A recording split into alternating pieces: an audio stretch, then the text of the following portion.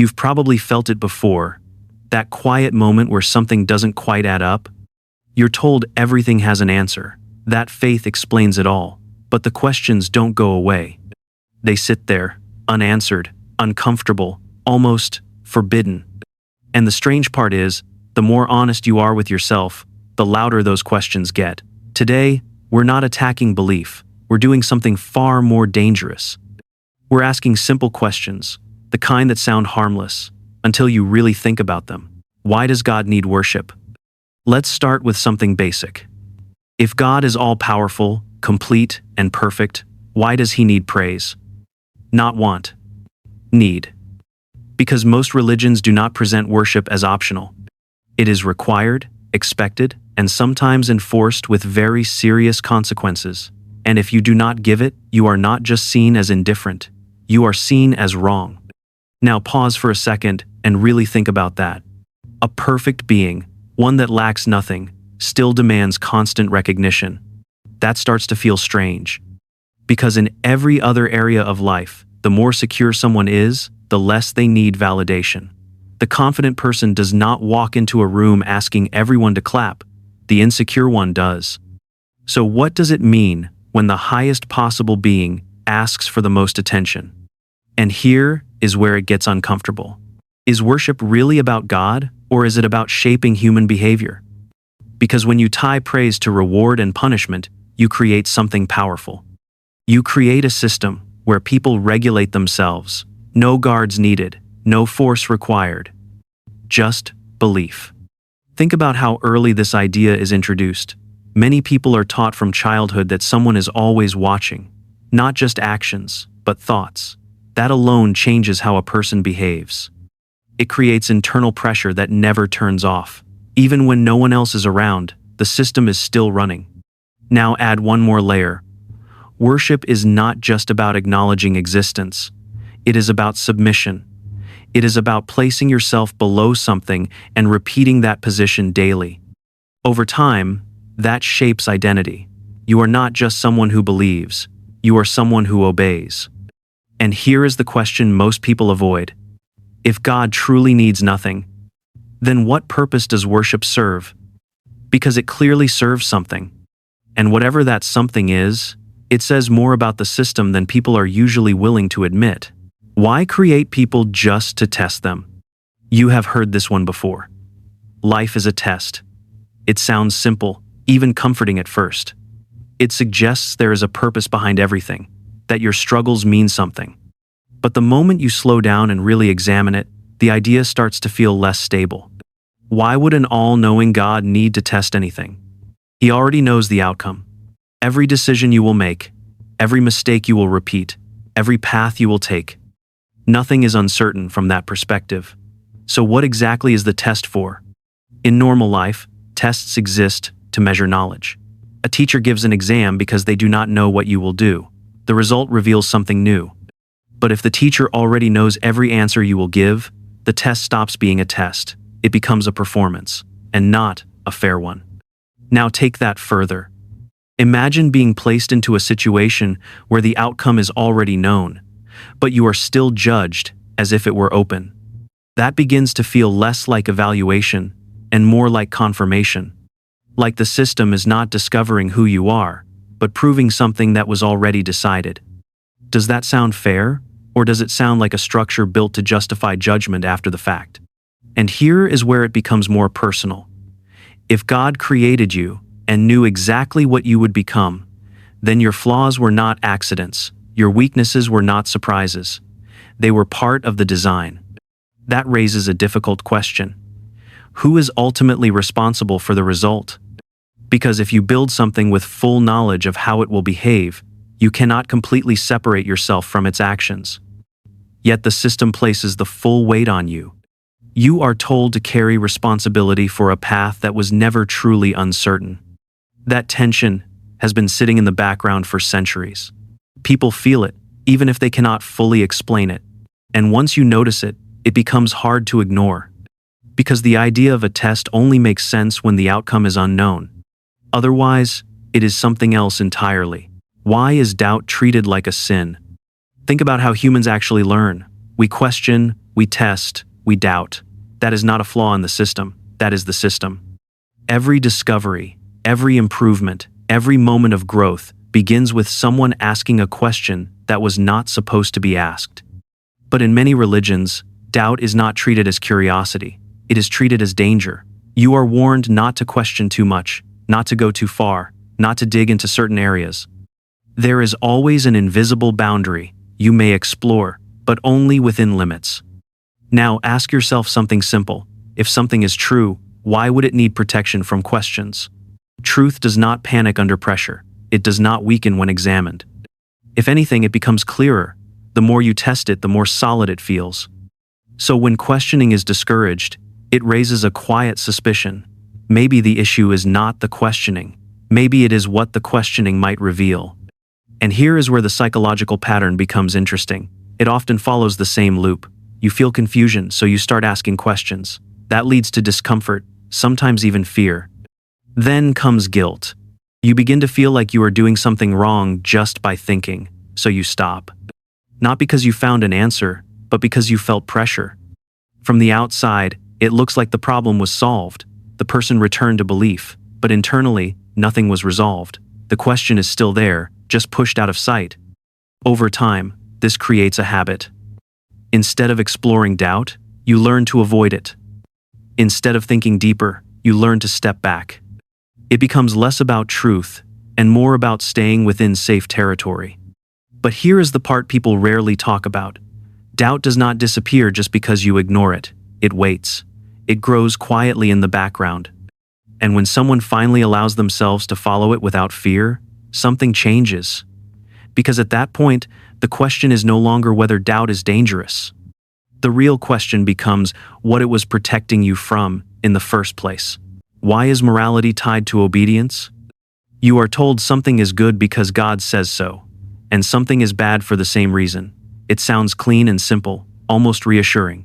Clear rules, clear outcomes. But the moment you look closer, the foundation starts to shift. Is something good because God commands it? Or does God command it because it is good? At first, it feels like a small difference, just a matter of wording, but it changes everything. Because if good only exists because it is commanded, then morality becomes flexible. It can be redefined at any moment.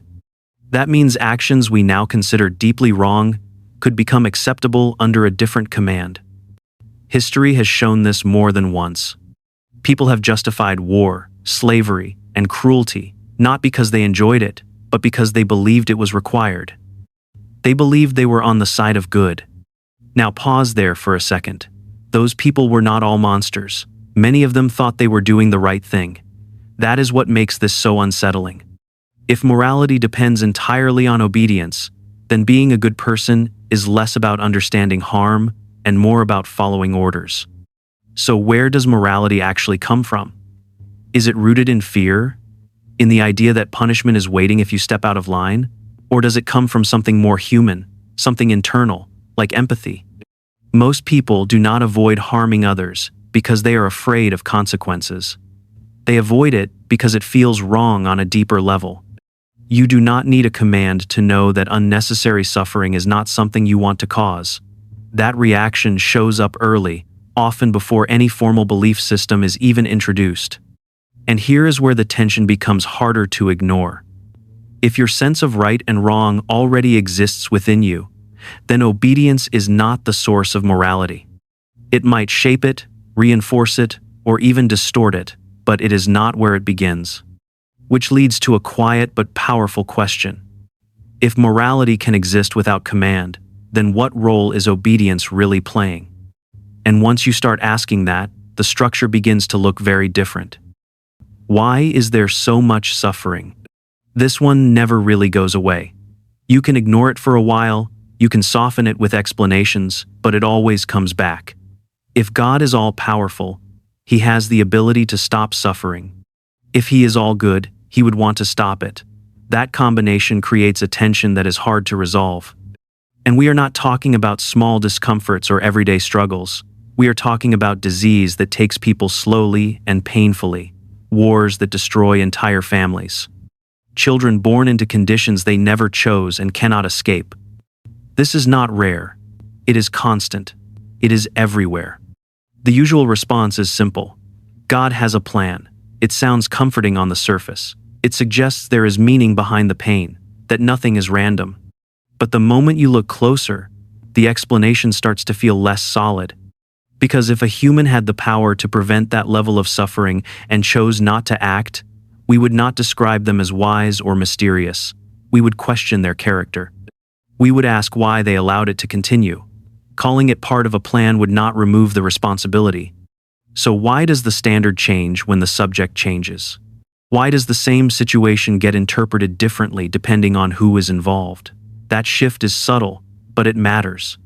Some will say suffering is necessary for growth, that, without pain, there is no development. There is some truth in that. Challenges can shape people, but there is a difference between growth and excess. Between difficulty and devastation. Not all suffering teaches. Some of it simply destroys. Others say suffering is a test of faith. But that brings us back to the earlier problem. If the outcome is already known, what is being tested, and why use suffering as the method? At some point, the explanation stops feeling like an answer and starts feeling like a placeholder, something that fills the gap without actually resolving it. And when you allow yourself to sit with that discomfort instead of covering it, the question becomes more personal. Not just why suffering exists, but why it is explained the way it is. Why do different religions claim the same truth? You were likely born into your belief. Most people are. It feels natural, almost obvious, because it is what you grew up with. Family, culture, community. It becomes part of your identity before you even have the chance to question it. But here is something people rarely stop to consider. If you were born somewhere else, you would almost certainly believe something different. A different God, a different set of rules, a different story about how the world works. And you would feel just as convinced. That is the strange part. The certainty stays the same, even when the belief changes.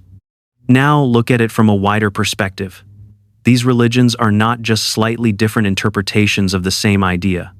Many of them directly contradict each other. One says this is the only path. Another says no, that path is wrong. A third offers a completely different framework altogether. And yet, each one carries the same level of confidence.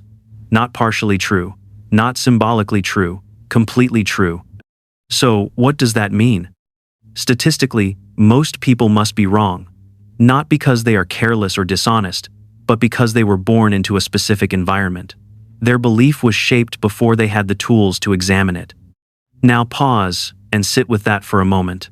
Your understanding of truth, something that is supposed to be universal, is heavily influenced by location, by timing, by circumstances you did not choose.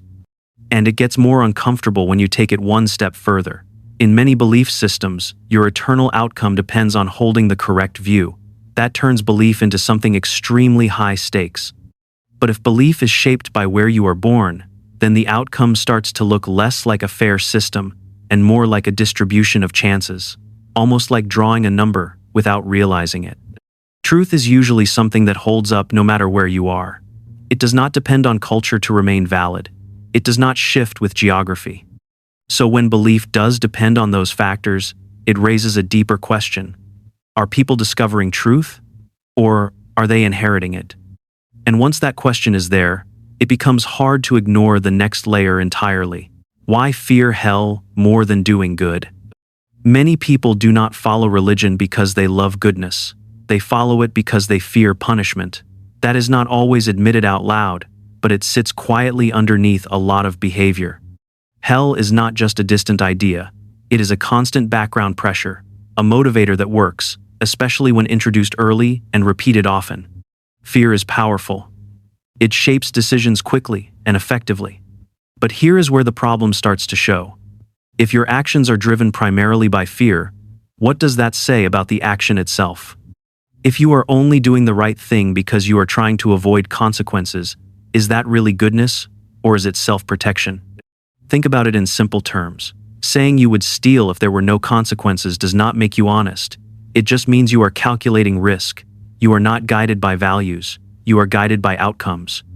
Real morality works differently. It does not switch off when no one is watching. In fact, that is when it becomes most visible. It shows up in private decisions, in moments where there is nothing to gain and nothing to fear. That is where character lives. Now compare that to a system built on fear. It keeps people in line, but it does not necessarily make them better. It creates obedience, not understanding.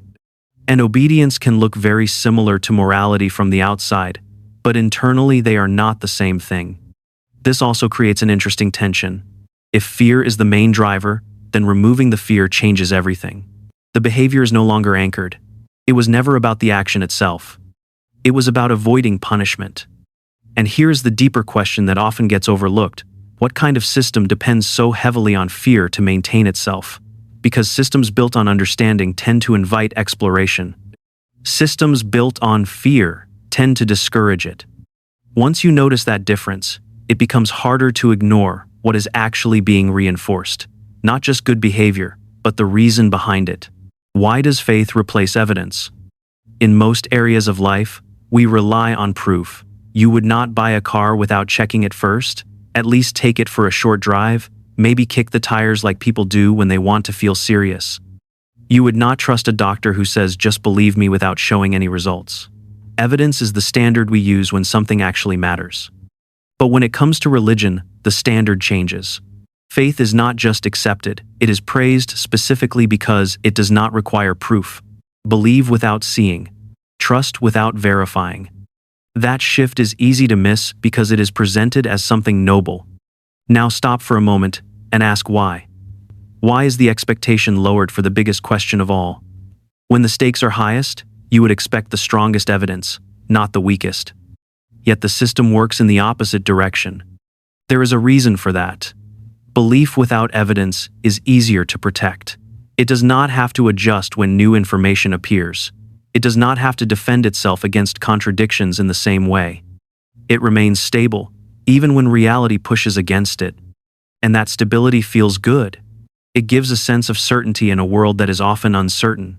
People do not like sitting in doubt. They prefer something solid, even if that solidity comes from not asking too many questions. But there is a trade-off. When belief is not tied to evidence, it becomes resistant to change, not because it is necessarily true, but because it is insulated. It exists in a space where it cannot easily be tested. That is powerful, not in the sense of truth, but in the sense of endurance. An idea that does not require proof can survive almost anything. It can adapt, reinterpret, or simply ignore challenges without breaking. And here is where the tension grows. If something is true, it should be able to stand next to evidence, not avoid it.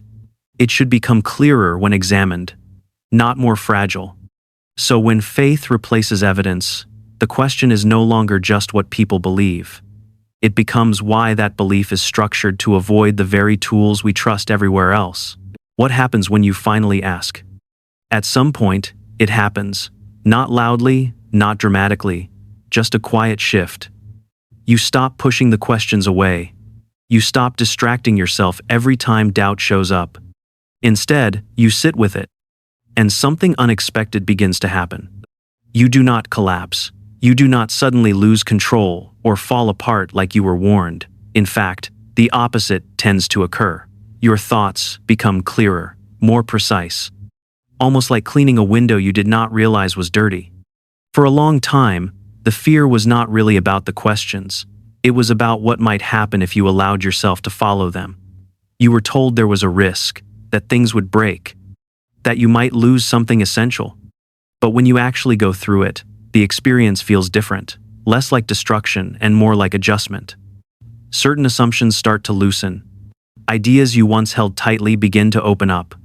Not all at once, and not comfortably, but steadily. And here is the strange part. You begin to notice how much energy it took to avoid thinking freely. The constant effort of staying within boundaries, of stopping certain thoughts before they went too far. That pressure fades. Not completely, but enough to notice the difference. You start thinking more honestly, not in a rebellious way, not in a way that tries to replace one belief with another immediately, just honest. Following a question wherever it leads, even if the answer is unclear. And that uncertainty, which once felt threatening, starts to feel different, less like danger and more like space. Space to explore, to understand, to question without fear of immediate consequences.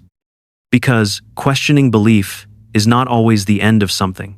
It often feels like it at first, but over time, it becomes something else, the beginning of a different way of thinking. Quieter, less rigid, but often more grounded in reality. Not necessarily easier, but more real. Why does truth depend on when you were born?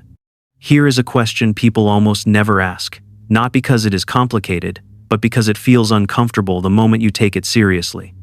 If there is one true religion, one correct understanding of reality, why did it appear at a specific moment in history? Why not earlier? Why not at the very beginning, available to everyone equally? Think about the timeline for a second. Humans have existed for tens of thousands of years. Civilizations rose and fell long before many modern religions even appeared. That means billions of people lived their entire lives without ever encountering what is now called the truth.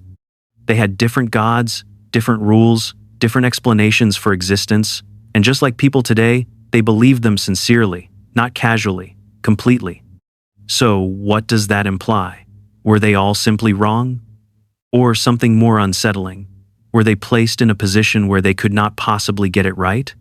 Because if salvation or truth depends on knowing the correct belief, then timing becomes critical, and timing is not something anyone chooses. You do not pick your century. You do not pick your birthplace. Those variables are assigned. Now the system starts to look different, less like a fair test and more like a distribution of chances. Born too early, you miss the message. Born in the wrong region, you inherit a different one. Same sincerity, different outcome. That does not feel like justice. It feels like randomness dressed up as structure. And here is the deeper tension that sits underneath all of this. A universal truth is supposed to be constant.